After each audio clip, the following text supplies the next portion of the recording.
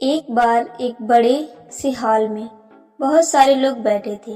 वहां पर दुनिया का एक बहुत ही बड़ा स्पीकर आने वाला था और सब लोग उनकी बातें सुनने के लिए वहां पर आए थे।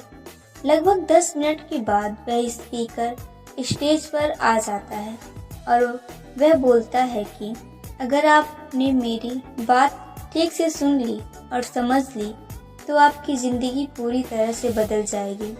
उसके बाद वह अपनी जेब से एक बिल्कुल नया चमकता हुआ 500 रुपए का नोट निकालता है और उसको ऊपर करके सबसे पूछता है कि ये नोट आप में से किसको चाहिए।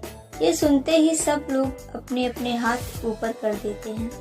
वह स्पीकर बोलता है कि ये नोट मैं आप में से किसी एक को दूंगा, लेकिन इसके लिए आपको थोड़ा वेट करना होगा। अब वह स्पीकर उस नोट को अपनी मुट्ठी में बंद कर लेता है और थोड़ी देर तक उसको मसलता है। अब उस नए नोट में सल पड़ जाते हैं और थोड़ा पुराना सा दिखने लगता है और वह एक किनारे से थोड़ा फट भी जाता है। इसके बाद वह फिर उस नोट को ऊपर करके पूछता है, अब ये 500 का नोट किसको चाहिए। इस बार भी सभी लोग अपने हाथ ऊपर कर देते हैं।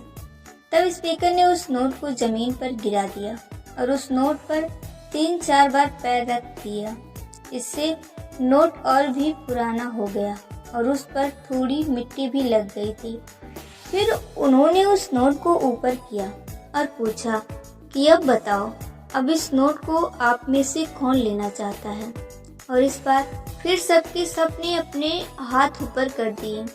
स्पीकर अब नोट को फिर से नीचे जमीन पर गिरा देता है और उसके ऊपर कूद कूद कर उसको दोनों पैरों से रगड़ देता है और उसके ऊपर चाय भी गिरा देता है।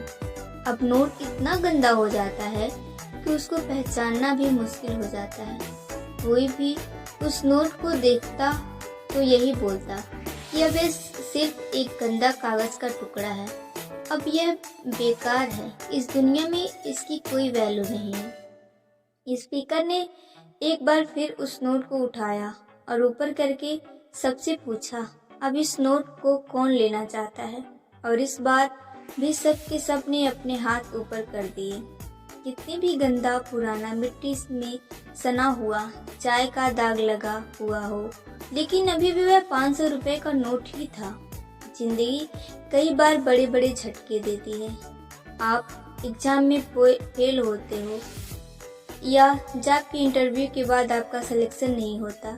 जब आपका पूरा समय चल रहा होता है और आप सिचुएशन का सामना कर रहे होते हो, उसके बाद आपको लगने लगता है कि आप सफलता के लायक ही नहीं हैं। आपको लगता है कि दूसरे लोग आपसे बेटर हैं और आप किसी काम के नहीं हो, आपकी कोई वैल्यू नहीं है। हमेशा याद रखो, इससे कोई फर्क नहीं पड़ता कि आपने कितनी बार सिचुएशन का सामना किया है, आप जिंदगी में कितनी बार फेल हुए हो। आपकी वैल्यू हमेशा वही रहेगी जो पहले थी। आपके पास कुछ खास है जो दूसरों के पास नहीं है और ये कोई भी आपसे छीन नहीं सकता। अब तक सक्सेस नहीं मिलने से आपकी वैल्यू कम नहीं हुई है। आप अभी भी अपने बारे में कितना भी लो फील कर रहे हो, उससे कोई फर्क नहीं पड़ता। जो लोग आपको अच्छे से समझते हैं वही लोग आपके वैल्यू को उतनी ही मानेंगे जितना पहले मानते थे। तो अपनी वैल्यू को समझो और कुछ बड़ा करके दिखाओ। धन्यवाद।